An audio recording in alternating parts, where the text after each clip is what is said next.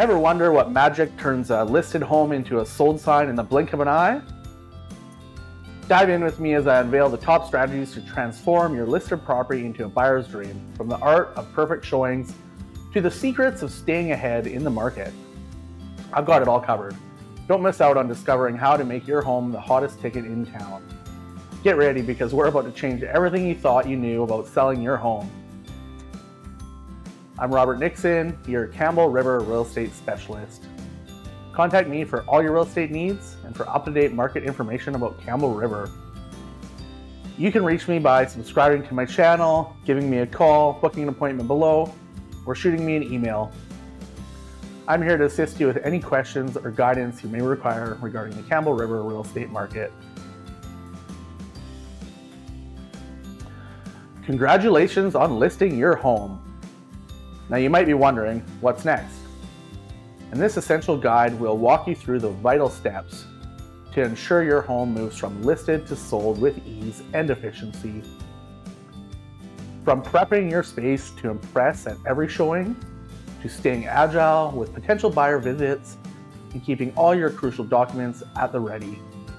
We also cover the importance of staying in sync with the market, very important, responding swiftly to offers, and the pivotal role of communication with your agent. Plus, we dive into the logistics of planning your move, maintaining insurance, and the potential game changer that is home staging. Throughout this journey, remember, patience and positivity are your best allies. Let's embark on this next phase of your home selling together. Number 1, prepare your home for showings. Ensure your home is always in a show-ready condition. This may involve deep cleaning, decluttering, and making necessary repairs. I always say that you want someone to be able to walk into your house and look around and be like, I could live this clean and organized because it looks so clean and organized. And they think that it's the home that's making it look that way, when really you just decluttered and put stuff away and made it look that good for showings, but they feel like it's the home and maybe the space and design of the kitchen or the layout of the home that is doing that. So it draws them in and thinks that maybe if they live really messy or can't keep a clean kitchen, or there's always stuff all over the counters, that they feel like in that house they could live that way, and maybe they will because they've perceived it as that, and then when they move in, the perception becomes reality because that's what they've seen. So I think it's very important to keep everything as tidy as possible, especially for pictures and media day, where we do pictures and video and stuff. Of course, we still have to live if you got kids and stuff, and people don't expect the home to be perfect, but the tidier and the more inviting and clean it can be is super important. Number 2 is being flexible with showings. So try to accommodate potential buyers' schedules. And the more flexible you are with showings, the higher the chances of selling your home quickly. I always say, even with tenants you can set schedules. I've never had to do that. Sometimes I'll make an offer. Most of the tenants I've dealt with, luckily, knock wood, have always been super easy to deal with. And I'd like to say it's me, but I think I've just been lucky because there is some difficult tenants out there. So in that case, or even just tenants that are super protective and stuff, you want to maybe set showing times and have them preset so realtors can only book showings at certain times. And they're already preset. But in most cases, I always tell my tenants or my sellers, if they're flexible, hey, I'm going to text you. If you can accommodate the showing, great. If you can't make it work, let me know. Because you will get agents that are hey, I'm in the neighborhood, we drove by your sign, or my clients were looking online while we were driving and they didn't see that property before, but now they've seen it, they really want to see it, and they're out and about and active then, so they want to get in. And it's fine to say no, but if you can accommodate that, I mean, you never know, it may just be that right house at the right time and they're motivated and you get an offer and get it sold. So being as flexible as possible is definitely important, but you always have to be realistic. And again, back to keeping your home tidy all the time, but maybe it's not perfect for that showing. But I think getting someone through the door, even if it's not quite as perfect as it was for picture day, is always important. And yeah, just be flexible. Number 3 is gathering important documents. So this is usually done ahead of time, but compile all your necessary documents related to the house. If it's newer, such as warranty information, utility bills are always nice to have, and any recent repairs or upgrades. Utility bills are something that, as an agent, we used to be able to call Fortis and Hydro, and they give us average costs, but a bunch of privacy laws that came in, and they're not allowed to give that information out anymore. So as a seller, if it's electric heat or a heat pump or gas, Especially if it's electric heat, people may want to see that stuff, or you can be like, hey, like here's our electric heat bill, it's pretty low, but we use the gas fireplace in our rancher because it heats the whole house, and we just turn electric heat on in the bedrooms to keep it more warm, and it makes it quite affordable, so we're not relying on the electric heat. If you can have that information available for people, that's good. It's not always out there, but sometimes people ask and you want to just figure that out because they'll be curious, and then they can budget accordingly. I think this is one where you need to have trust in your agent and be able to have an agent that sort of knows the market. I mean, it's hard when the market's going up or the market's going down or it's a little bit stagnant. Like everyone right now still thinks the market's going down when they ask me, but I'm like, well, the reality of the number is the market's not going down right now. It does do its thing up and down over the last several months, but it's technically recovered since we started to fall when things changed in 2022 when interest rates started to go up. The market did take a huge dive. We chased a lot of listings down. Now we've recovered from that since last spring, partially, about 50% is the numbers I have. So we're actually recovering, even though right now it's a really, really slow market. Average days on market is about 50 days for single family. We're lower inventory, so it's a seller's market, but it's slow. And looking back, like I pulled comparables for listing for February, March sales.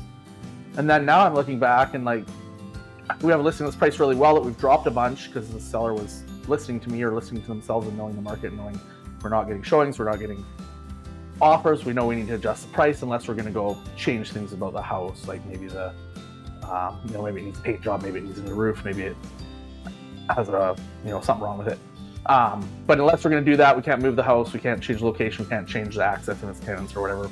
We got to adjust the price. But looking at places that sold in February and March, it's priced super competitively now, but the market seems to have had a little bit of a lull right now, and it's just not moving the way it should be. So you have to make an adjustment. Or sometimes patience can be a virtue, but if you have a timeline or you just want to get it done, and you don't have a super high mortgage, so you have lots of equity there, maybe a couple $1,000 or $25,000 doesn't make a huge difference to you. So you have to be paying attention to the market, and sometimes like we're not perfect, so if you need to make those adjustments, you need to make those adjustments. You can't just let it sit and be overpriced and not have any buyers come through and not have it selling if you want to get it sold. And keep in mind that if you're making a move in that same market, know that the market you're buying in, if it's the same market, maybe it's a move up market, so maybe it's even slower on the higher price stuff, it's going to be the same. So you should be able to negotiate or find a little bit more of a motivated seller that's aggressive as well and price their house quite well. But again, it's hard for some people. I think they glob onto that higher price and it's hard to adjust it down, but you have to know that things are selling. We're still getting quite a few sales, and if you're not getting showings and you're not getting an offer, people are choosing another house and buying it. So you have to get priced to a point where your house is nicer than anything else that they see on the market, so they offer on yours instead of that one. It's pretty simple really, but I think listening to your agent and not just thinking they just want to sell your house to get it sold. I mean, we all want to get it sold. We want to make you as much money as possible, but don't think that they're trying to like just make you adjust it to get it sold as soon as possible. But the reality is, if it's not getting showings, not getting an offer, you have to get it to the price it needs to be.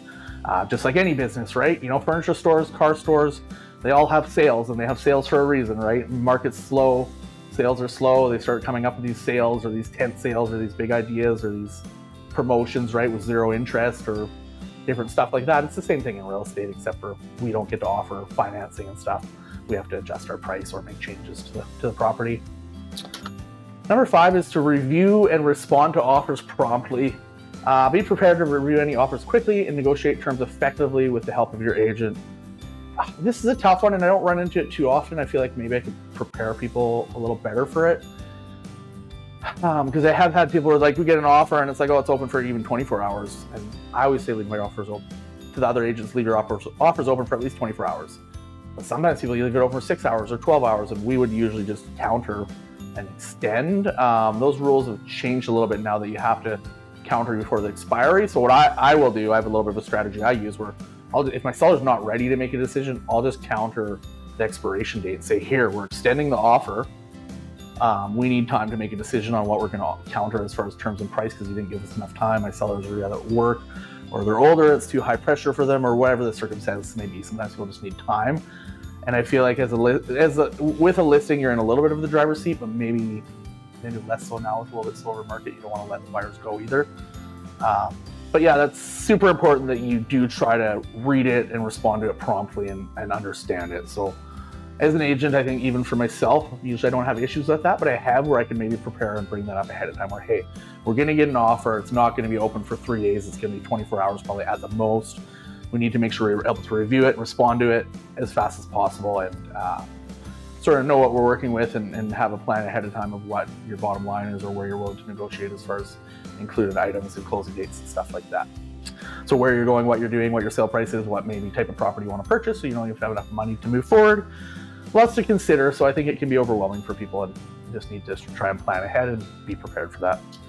And as an agent, we got to understand and work with people when they do need more time, right? And try to do the best we can to accommodate that. Number 6, plan your move. So start planning your move early. Definitely something you want to do. Look into moving companies, packing strategies, and necessary arrangements for your new home. I've had a few people recently who have moved across the country to like, where did they go? Tanya, New Brunswick, Nova Scotia, and they were going to take all their stuff, and then by the time it came down to it, they're like, holy, it's going to cost how much to move? And it really didn't make sense. So I think what they did is they sold a lot of their stuff. I think they put some in storage. They ended up taking a truck and a trailer and taking some of it. But the cost to move, and even I think they're going to Nova Scotia where furniture and stuff is actually considerably cheaper just because of different economics, even on the other side of the country. So they went, whoa, we can buy furniture for this much money, and it's going to cost us tens of twenties of thousands of dollars to move. Why wouldn't we just buy new stuff? So they took the stuff that obviously their clothes and their personal items and maybe some furniture that was it meant something to them. So yeah, something to keep in mind to plan ahead. And then, I mean, everyone wants to move on the 1st of the month or around the end of the month, first of the beginning of the month. So the further ahead you can book, or if you can try and stagger it so it's the middle of the month or even the 3rd week or something, that's always better because moving companies get booked up and there's only so many out there, right? So just knowing what you're gonna do ahead of time, you know, booking that C-can to put your stuff into or planning to have it moved as far ahead as you can. Obviously you don't know the hard facts until you have an accepted offer and it's subject free, right? But staying on that right away is important for sure. Or as far ahead as possible. This is one that you think would be obvious, but keeping your home insured. I think that's very important, especially if you have people going through your home. You never know what could happen, right? I mean, it's not common that we have accidents and stuff with people going through the home, but you have a sign on your property. Maybe someone that shouldn't be on your property goes there and does something that they shouldn't because your home's listed and it draws attention. Excuse me. But yeah, maintaining your homeowner's insurance until the sale is finalized, which means not necessarily just until completion, which is when the property transfers names. But if your completion is 1 day and your possession is 2 days later, or even up to a week later sometimes, or even further, you want to make sure you're insured until the day you leave that home. So if you're leaving on the Tuesday of whatever the month, and you want to insure until midnight that night, right? So until you're completely gone and out of there, it's in that buyer's name, and their insurance should have taken over at least the same day yours ended, right, at 12 a.m. sort of thing. Finalizing the deed is so yeah, we had here the deed is transferred, but not necessarily transferred. Once it's transferred, I think it's important that you keep it insured until the day that you're actually gone, because if something happens while you're still in possession of the property, then I think you would be liable and your insurance would have to come into play. And that could be a huge risk there if there's no overlap with insurance and a house burned down or something. What's that called? There's a name for it. What is that? A frustration with contract or something? I don't know. Some legal name that I can't remember. Oh, what's that called? I don't know, but pretty big deal if something like that happens where it's out of your control and someone could be out. Mortgages could get pulled. There could be bankruptcies, right, or foreclosures for sure if there's no house to have a mortgage on and pay on. Number 8 is communicate openly with your agent. So be open and honest. Regularly check in with your agent for updates and feedback from showings. And this I sort of say regularly, but I think you got to try and take that with a little bit of caution as well. You don't want to be like bugging your agent for showing feedback right after your showing. And sometimes we'll get it, especially if there's going to be an offer. We're going to know fairly quick. But my feedback reminders that go out automatically is 24 hours after the showing. I was taught that was the most effective, and I always try to follow up again after that. But you know, like usually we'll send out weekly or bi-monthly or monthly feedback activity and data and stuff like that. I think for feedback requests, it's nice to know a little bit sooner than 2 weeks or a month. But it's definitely nice if there's 5 or 10 showings happening, it's really busy. Obviously, you want to gather a bunch of them, be able to send it all so you can review it instead of having to be actively engaging and not be able to be efficient with your time in communicating every little feedback that happens. Or maybe your assistant does it, my assistant does it for me, so I'm not watching close enough. But yeah, so I think just be patient with your realtor in that, but it's important that that is a part of the process, because that can give you data that helps you know whether you need to adjust your price, or someone has a problem with the house. Maybe it's a neighbor, maybe it's something in the area or the neighborhood or something that you maybe can't change, or maybe it's something simple that you could change, like I don't know, the weather that day. No, you can't change that either, but maybe something simple. What could you change? Access, right? Maybe like there was tenants still there when they arrived and it sort of threw them off, so they didn't get a good experience, so they didn't buy it. I don't know. Number 9, consider staging. I find this isn't something that's super common around here, but if your home isn't attracting interest, consider professionally staging it to make it more appealing to potential buyers. Yeah, staging, I think staging is great, and I used to try to promote it a little bit more, and I even did staging consults with my listings a long time ago, but I just found it wasn't something people, I don't know, maybe I didn't sell it right, but I found it was something people didn't really want to do, and a lot of people don't even want to do the work to their homes, let alone stage it. But staging can range from things as little as like paint and decluttering to major renovations. So a stager can give you quite a variation of things they recommend to sell your home, and you don't have to do them all. You don't have to hire them to do them all, but it at least gives you an idea. You can go get contractors, or you can hire them to do certain things. And sometimes it could be as simple as like, you know, hey, that boat in the driveway, you only have a single car driveway and you have a boat parked off to the side. Yeah, it's gravel, but maybe it doesn't make it look as open because it's already a small driveway and not a double driveway. Something as simple as moving that boat and going and storing it somewhere else so that it's more appealing when someone pulls up your property. And I think first impressions and curb appeal are quite important. So it could be something as simple as that, or it could be something as complicated as full renovation, right? And recommending contractors and walking you through that if you want to do it, and then maybe staging with furniture and furnishings and stuff, or renting furniture to make it more appealing. We also have AI staging now, which is pretty cool. I haven't actually been doing that, but definitely with a vacant home, I think it's well worth its weight in gold, because you can make the home present better online and show what it would look like with furniture in it. A lot of builders and stuff do it with new builds, and that's sort of the future of real estate, I think. And eventually maybe we'll just have AI goggles on, not even going in the home anymore, which has been talked about for years, but it's starting to go that direction as well. So as we transition from the detailed strategies and thoughtful preparations essential for selling your home, it's clear that each step is a building block towards achieving your ultimate goal. From ensuring your home is in pristine condition for showings, to staying flexible and responsive to potential buyers' needs, these actions pass milestones in the journey of selling your home. Definitely lots to think about. The importance of being proactive, from gathering important documents to planning your next move, cannot be overstated. It's these preparations that pave the way for a smooth transition to the next chapter in your life. As we near the conclusion of our guide, remember that the path to selling your home is a journey that requires patience, diligence, and definitely a positive outlook. Let these principles guide you as we move forward, ready to embrace the future with confidence and optimism. I definitely think like something that's super important is like not just how you lead once you start deciding to sell your home, but how you take care of your home and how you look after it and how you renovate it and the things you do over the period of time living there. It could be as little as 1 year, it could be 5 or 10 years, but I think how someone cares for their home and what they do to upkeep it and update it maybe definitely transpires into when they're selling it. Because if you come into your home and, okay, I'm gonna list next month and you need to do all this work and maybe it doesn't all get done, or you're not able to afford to do it, it's, you know, a lot harder and a lot more stressful than if you're keep your home well and updated and touched up over the years. All you gotta do is just go, oh, hey, we got a staging consult. All we gotta do is just a little bit of landscaping stuff to tidy it up and maybe move some pictures, take some personal belongings down, maybe paint a wall or clean up a few things, touch up some caulking. I find a lot of the newer houses I've been seeing lately that are, you know, 5-6 years old.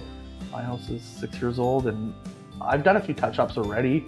The builders usually come in a year later, but I've been going through newer homes that the trim hasn't been recaulked and touched up, and it's like, if you're gonna sell your house, you know, that little bit of maybe drywall repair for little nicks and dings, paint, touch up, definitely caulking the trim that's shrunk over the years, and repainting it, I think is very important, and that just shows that it just shows so much better, right? You look at the trim and the back cut on the side isn't cracking away from the piece that it's glued to or nailed to. And you know, it looks a lot better. People might not even know that there's caulking there and that it's not one piece, but now they do because they can see that. So upkeep and keeping your home over the time, I think, is very important. Thanks for watching. Don't forget to like, comment, and subscribe. If you like this video, keep an eye out as I have multiple playlists that we will be adding new content to regularly. Remember that selling your home is not just a transaction, but a pivotal moment in your life's journey. The steps we've outlined are designed to guide you through this process with ease and confidence. Armed with these insights, you're now better positioned to navigate the complexities of the home selling process, transforming challenges into opportunities. Thank you for joining us on this informative journey. May your path to selling your home be smooth, successful, and satisfying.